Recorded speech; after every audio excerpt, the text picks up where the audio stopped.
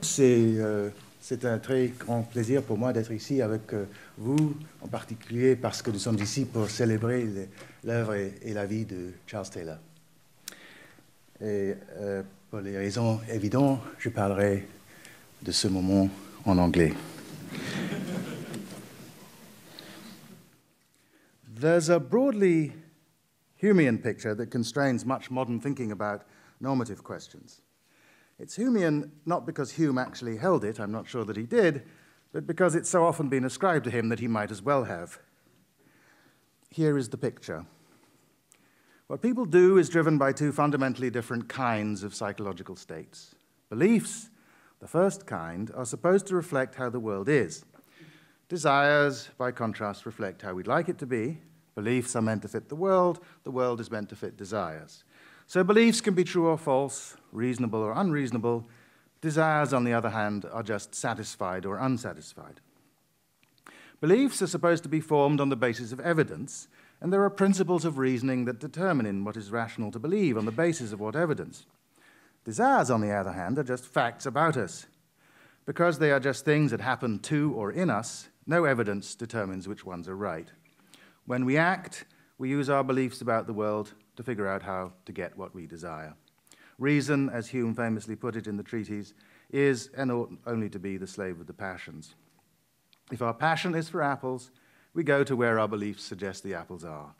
And once we go looking for the apples we're after, we find out whether our beliefs were right.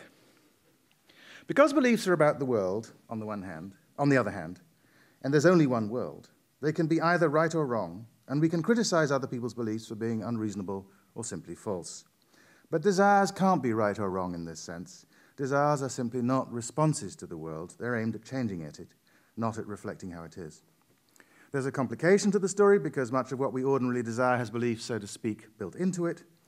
I want the glass because I believe it has the Sauternes in it, no wine, and the desire loses its point.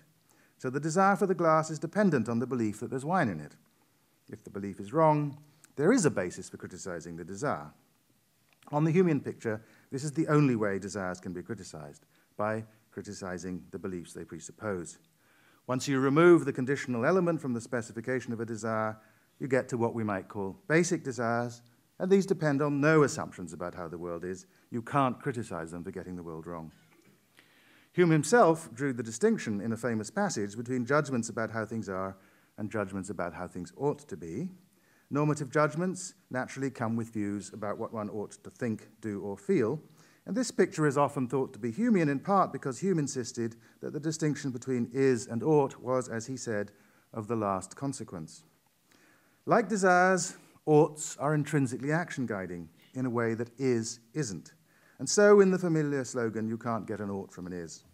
Since we're often tempted to move from what is to what ought to be, this move, like many moves that philosophers think illicit, has a disparaging name. It is called the Naturalistic Fallacy. Such a distinction between the way beliefs and desires result in action is the key to the Humean picture of how human beings work.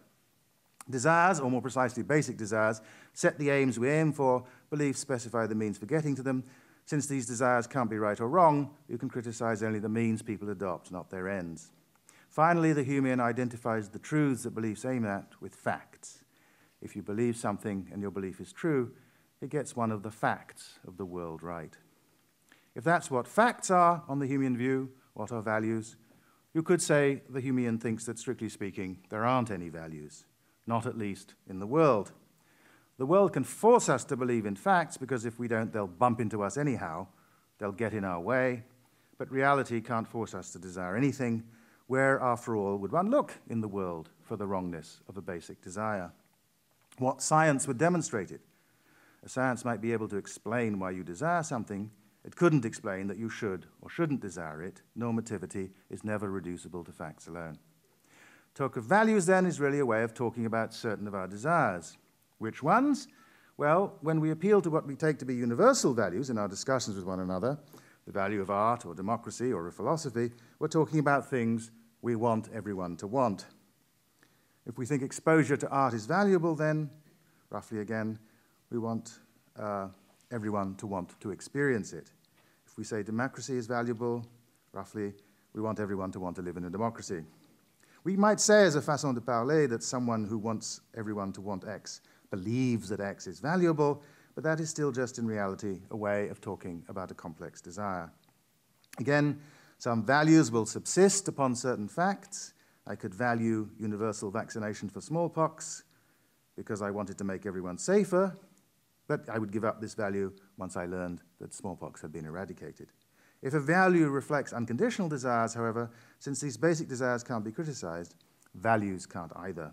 I value kindness, I want to be kind, I want me to want to be kind, I want all of you to want to be kind. As a matter of fact, I want you to want everyone to want to be kind.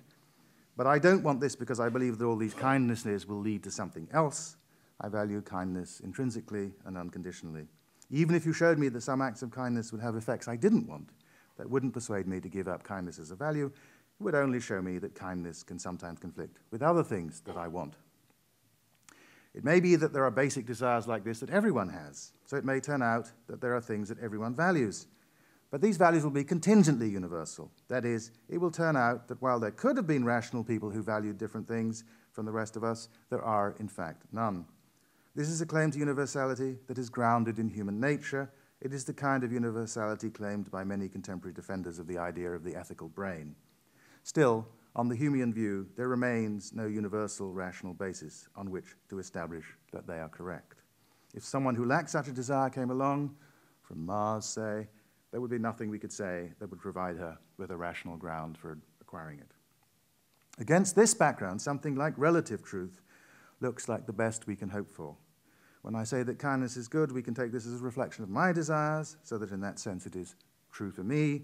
Or we could suppose, as the philosopher Gilbert Harman did, that such remarks are always implicitly relative to a shared commitment.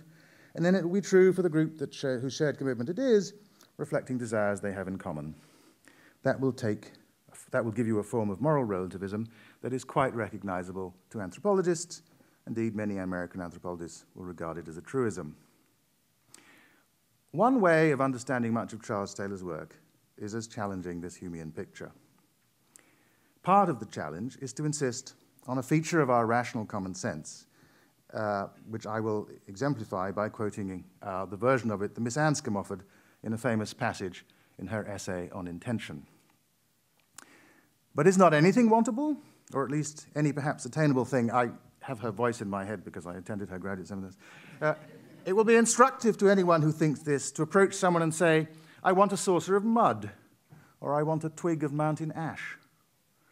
He is likely to be asked what for, to which let him reply that he does not want it for anything, he just wants it. It is likely that the other will then perceive that a philosophical example is all that is in question, and will pursue the matter no further. But supposing that he did not realize this, and yet did not dismiss our man as a dull, babbling loon, would he not try to find out in what aspect the object desired is desirable? Well, but Charles Taylor has done more than this. That is, just insist on this feature of our common sense. He's offered a picture of our agency that aims to explain how our social contexts provide us with the materials for constructing what Miss Anscombe led us to call the desirability characterizations that make our actions intelligible to ourselves and to one another. A great deal of human action only happens insofar as the agent understands and constitutes himself as integrally part of a we, he has written, and has invoked Bourdieu's notion of the habitus, a, quote, system of durable and transposable dispositions, to flesh out the essentially social nature of the self. He is intent on giving human agency its full glory. He does not want to reduce us to epiphenomena of a physical world, but insists that we see agency as constituted by the web of practices and collectivities in which it emerges and to which it belongs. It's a perspective, he says, that, quote, runs against the grain of much modern thought and culture. That's what I was insisting on in the start. In particular, our scientific culture and its associated epistemology. It is the kind of naturalism which I began by calling Humean, which has, in his view, deformed, quote, our contemporary sense of self. In its place, he urges us to see the agent, quote, as engaged in practices, as a being who acts in and on a world. What we should take from Bourdieu's notion of the habitus, he says, is that, quote, practice is, as it were, a continual interpretation and reinterpretation of what the rule really means, that the relation between rule and practice is richly reciprocal. Now, I've argued before that this thesis can seem at odds with its Wittgensteinian underpinnings, When I obey a rule I do not choose, Wittgenstein says, in a passage that Taylor has cited, quote, I obey the rule blindly. So this vision of Taylor's has thus been criticized as being inadequately Wittgensteinian, because Wittgenstein doesn't seem to leave space for this kind of interpretation. Doesn't Taylor's emphasis on interpretation, the notion that, quote, we must speak of man as a self-interpreting being because this kind of interpretation is not an optional extra, but is an essential part of our existence, doesn't that picture invoke the sort of critical reflection and evaluation that Wittgenstein seems to call into question? To understand a sign is not to interpret it, to grasp it is nicht eine Deutung, not an interpretation, but merely a way of going on. And the core of Wittgenstein's remarks on rule following seems to be to eliminate precisely the interim step of interpretation that Taylor wants us to take seriously. Now, as you'll see in a moment, I'm inclined to take Taylor's side here, and I'll do so in a moment in relation to the question, my framing question about how we make ourselves, which is also one of Taylor's central topics. But I want first to suggest that we can see the escape from the Humean picture more fruitfully, not by challenging it head-on, by denying that it is one possible picture, but rather by taking the step that Kant urged on us when he argued that we can adopt more than one standpoint, and to see the choice between Hume's picture and Taylor's not as requiring us to take sides, but rather as allowing us to switch between perspectives. For some purposes, as you know, Kant thought we must acknowledge that we are natural beings and regard ourselves and others as part of a natural realm, subject to theoretical explanations in terms of natural causes. From that standpoint, we belong to the so-called sensible world, the Sinnenwelt. But that is not a standpoint we can adopt when we ourselves act as agents, as rational agents. Quote, all men think of themselves as having a free will, Kant noted. Accordingly, again Kant, for purposes of action, the footpath of freedom is the only one on which we can make use of reason in our conduct. Here we situate ourselves in the so-called intelligible world, the Verstandeswelt, and as Kant writes in the groundwork, quote, we can inquire whether we do not take one standpoint when by means of freedom we conceive ourselves as causes acting a priori, and another standpoint when we contemplate ourselves with reference to our actions as effects which we see before our eyes. When we think of ourselves as free, we transfer ourselves into the intelligible world as members and recognize the autonomy of the will together with its consequence, morality. Taylor's world is the intelligible world, not the sensible world, and like Kant, he sees us as inevitably embedded in that world when we contemplate our situation as agents and ask how we shall live, what we shall do. And the world in which we are embedded, he insists, in a way that Kant did not, is always already social. Our desirability characterizations of courses of action are rooted in our sense of who we are. This is the point about the self.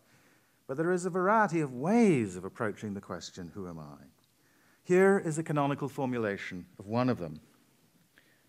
And so he who would lead a Christ-like life is he who is perfectly and absolutely himself. He may be a great poet, or a great man of science, or a young student at a university, or one who watches sheep upon a moor, or a maker of dramas like Shakespeare, or a thinker about God like Spinoza, or a child who plays in a garden, or a fisherman who throws his net into the sea. It does not matter what he is, so long as he realizes the perfection of the soul that is within him. All imitation in life and in morals is wrong. We can call this view, the role of the self as a source of reasons, discovery. It is not surprising that discovery has been an attractive model for those, like the author of this passage, who felt themselves in some deep way misrecognized in the culture and society in which they lived. And despite the distracting references to being Christ-like, this passage comes, as no doubt some of you know, from Oscar Wilde's The Soul of Man Under Socialism. Discovery's thought is, there is something that I am, let me be that. Or, as Taylor put it in his well-known essay on multiculturalism, there is a certain way of being that is my way. I am called upon to live my life in this way and not in imitation of anyone else's life. But this notion gives a new importance to being true to myself. If I am not, I miss the point of my life. I miss what being human is for me. Now, the trouble with discovery is at least twofold. First, it misrepresents the way in which a self is made, because it ignores the way in which, as Taylor once put it, a self exists only within what I call webs of interlocution, and that, quote, living within strongly qualified horizons is constitutive of human agency. so that stepping outside those limits would be tantamount to stepping outside what we recognize as integral, that is, undamaged human personhood. But second, this problem with discovery Taylor recognizes and has pointed to. But second, it ignores the crucial role of invention in the process of making ourselves. Foucault articulated this objection and an alternative picture when he said, Sartre avoids the idea of the self as something that is given to us, but through the moral notion of authenticity, he turns back to the idea that we have to be ourselves to be truly our true self. Foucault, think, the only acceptable practical consequence of what Sartre has said is to link his theoretical insight to the practice of creativity and not to that of authenticity. From the idea that the self is not given to us, I think there is only one practical consequence. We have to create ourselves as a work of art. That's the end of the quote. This alternative picture of self-making we might call creativity. One of Charles Taylor's many useful contributions to contemporary ethics is to show that once you work through to a plausible version of creativity, it turns out to be a version of discovery. I can define my identity, he wrote in The Ethics of Authenticity, only against the background of things that matter. But to bracket out history, nature, society, the demands of solidarity, everything but what I find in myself, would be to eliminate all candidates for what matters. This is the point that creativity requires something to work on and with. This is a point that's true about art, of course, which is Foucault's model. You can't make art out of nothing. You have to make it out of a tradition and out of objects and ideas, which are already there independently of you. So this is the point that creativity requires something to work on and with, so that there has to be something given, which is the truth in discovery. So creativity requires discovery. Nietzsche famously put it this way, famously and of course hyperbolically, one thing is needful, to give style to one's character, a great and rare art. It is practiced by those who survey all the strengths and weaknesses of their nature and then fit them into an artistic plan until every one of them appears as art and reason, and even weaknesses delight the eye. Now, though each of these ways of putting the matter therefore has something to recommend it, they all need supplementation by the way of the concept of interpretation, which is why I said earlier that I was going to take Taylor's side against Wittgenstein. But it's worth remembering first that what we are charged with is not making a self, but making a life. All of these ways of talking can make it seem as though self-fashioning is our primary practical task. When you start out, you need to make sense of the world into which you are born, which includes the family, the body, and the community you are born into. But this is because you have a life to make. And while family, body, community are in a sense given, to make a life, you have to take them up in a particular way. You have to take each of them as something. And there is never just one way to do that. That's why creativity is essential. It is this, as Taylor knows, that commends interpretation as a model for what we are doing. For taking an X as a Y just is what interpretation is about. Your current society provides, for example, models of gender.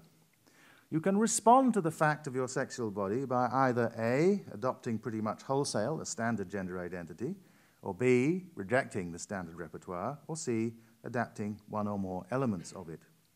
Because it is, as Taylor has always insisted, a dialogical process, you can be shaped into a gender identity without recognizing that that is what is happening. I am living a life. That I am a man, which is something I came to be without much reflection, but out of much everyday interaction from childhood, is one source of reasons in the way that I live my life, explaining, for example, some of why I dress as I do. With different contexts, I would no doubt have become a man in a different way, as I would too if I had had a different body or grown into a different sexuality. But we don't want to be too voluntaristic about this. An interpretation of my situation, like an interpretation of a poem, involves being guided by the materials, not simply making something up. Because identities vary in their structures and substrates, the only general thing we can say about this process is that you will be both discovering and inventing or creating all the time. Perhaps there is wisdom to be noted in the etymology of invention, which comes from invenire, which means to discover. I might have discovered all this for myself, I suppose, but in fact, I learned it, as much as from anywhere else, from reading the inventive philosophical work of Charles Taylor.